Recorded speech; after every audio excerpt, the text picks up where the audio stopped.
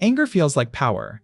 It feels like strength finally standing up for itself. It is the opposite. Anger is the one moment a strong man hands the controls to his weakest self. Seneca called it a brief madness, and every man pays for his madness. The Stoics learned to master the fire instead of being burned by it. Here's how. Think of the worst damage of your life, the words you can't take back, the bridge you burned, the thing you broke in one hot moment that took years to build. Anger did that, not your enemy, you. In a few seconds of rage, you destroy what your calm self spent years protecting. Here is the cruel trick of anger. It hurts the one who holds it most. You grip the burning coal, certain you'll hurl it at them, and it's your own hand that burns. They go home and forget. You carry the heat for days, replaying it, poisoned by it. And worst of all, it means they own you.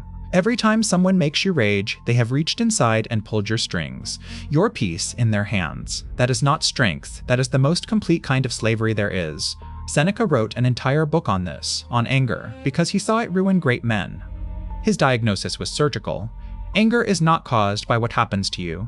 It is caused by your judgment that you have been wronged and that someone must pay. Between the insult and the explosion, there is a gap, small but real.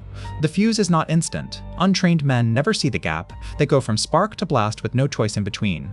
The Stoic learns to live inside that gap, because in that gap is the only freedom you have. Marcus Aurelius, who had every excuse for rage as emperor, trained a different reflex. He would rise above it, picture the whole of time and space, and see how small the offense truly was.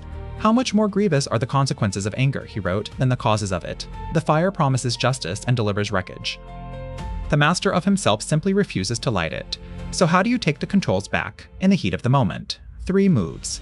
The third turns the one who tried to enrage you into the one who looks like a fool. Use it. Move 1 and the most powerful, do nothing. The instant you feel the heat rise, pause, breathe, count, walk away. Say not one word while the blood is hot. Seneca's great remedy was delay, because anger cannot survive a calm mind, and calm needs only a little time to return. Anger is a wave. It peaks fast and falls fast if you don't feed it. Most rage dies in 90 seconds when you refuse to act on it. The man who can wait out the wave never does the thing he regrets. You are never more powerful than in the silence where a weaker man would have exploded. Move 2. While you wait, change what you're looking at. Anger lives in the close-up. The insult fills your whole screen. So pull the camera back. Will this matter in a year? In a week?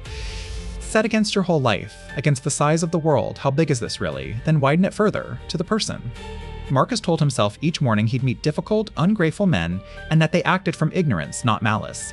The man who wronged you is fighting his own battle badly. Pity is a strange cure for anger, but it works. You cannot rage at someone you understand. Move 3, the deepest. Remember, the rage was never caused by what he did. It was caused by your verdict. I have been wronged, and this is intolerable.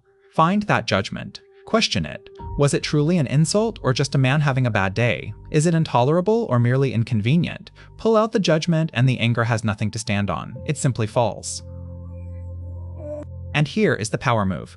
When someone tries to provoke you and you stay completely calm, you haven't lost. You've won the only contest that mattered. They wanted your peace. You kept it. The angry man is not the strong one in the room. He is the one who lost control first. The man who stays calm holds all the power, over himself and over the moment. Anger was never strength. It was always the moment your weakest self seized the wheel. Delay the fire, widen the frame, strike the judgment, not the man. Do this, and you take back the one thing every provocation tries to steal: command of yourself. No one can enrage a man who refuses to be enraged. No one can pull strings he has cut. That is real power. Not the heat that destroys, but the calm that cannot be moved. Start now. Next time the heat rises, do nothing for 10 seconds. Just 10. Watch the wave break. If this struck something in you, subscribe and become the calm that nothing can shake. Because mastering your anger is the first taste of the rarest thing a man can own, a mind that answers to no one and nothing. True freedom. That's where we go next.